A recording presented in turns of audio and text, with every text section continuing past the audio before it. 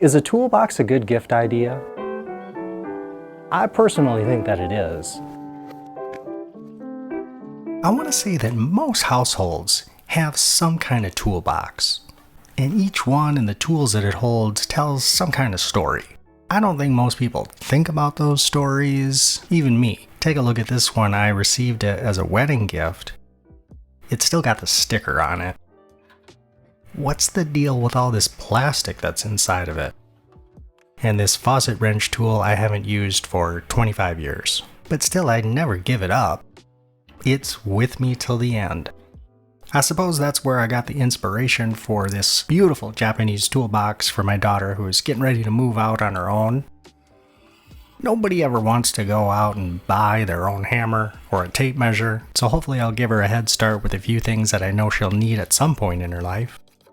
Alright, what you're looking at here is a 7-ounce claw hammer with a polished head and a hardwood handle. And it's just the perfect weight for knocking in a wall anchor or hammering in a nail to hang a picture. And what you're seeing me do here is scraping off the stickers, but also scraping off the plasticky varnish that covers the handle. There's really no need for that. It hides the natural beauty of the wood, and by taking it off and replacing it with some natural finish, it'll make it much more enjoyable to use and special. The tool and technique that I'm using is a bushcraft knife with a Scandinavian grind on the blade, which makes it pretty durable for this kind of thing. And I'm just putting the blade 90 degrees to the surface of the wood and scraping off a light layer.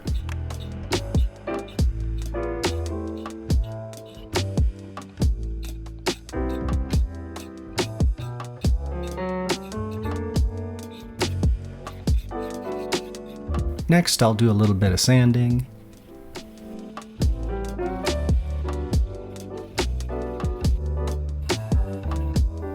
And I'll go ahead and engrave my daughter's name on one side, and on the other side I'll note the year. I like using this char technique on my tool handles. It helps identify your tools. It adds a little bit of rot resistance, but it also just looks cool.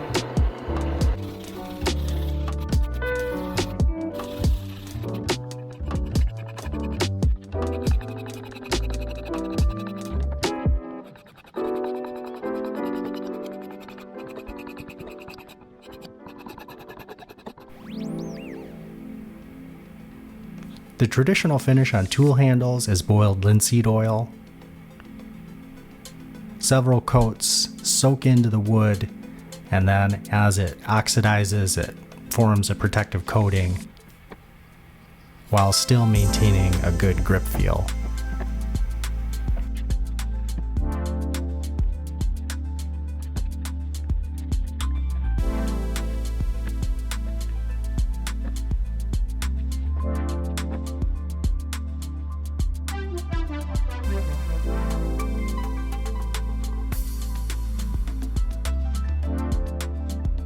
Here's the sweet Trusco Model Y-280 toolbox in beautiful blue enamel.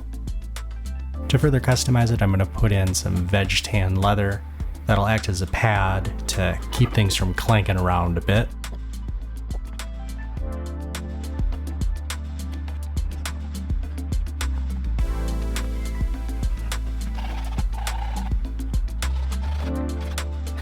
To finish the edges, the rough side and the smooth side, I'm using Tokonol, which is a glue, wax, resin made specifically for this purpose.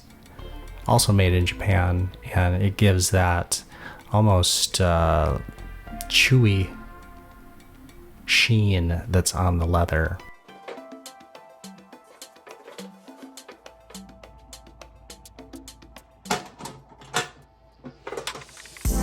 Sometimes when you're just starting out in life, you need an extra 20 bucks, maybe with inflation like 40 bucks. So I thought I'd stick this in here because there's a good chance that this will be in here for the next 25 years. But maybe my daughter will watch this and she'll know that there's an emergency $20 stashed in the bottom of the toolbox.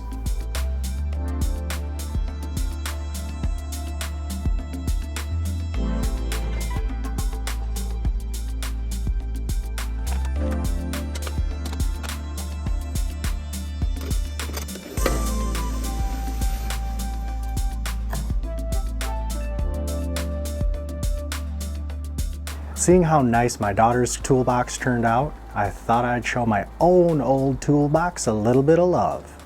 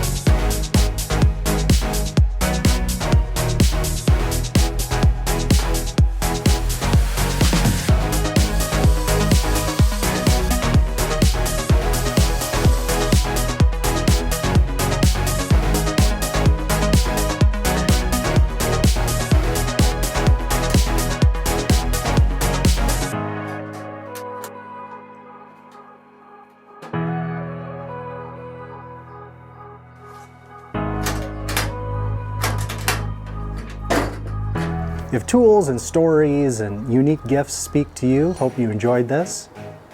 Thanks for tuning in, and we'll see you on the next video.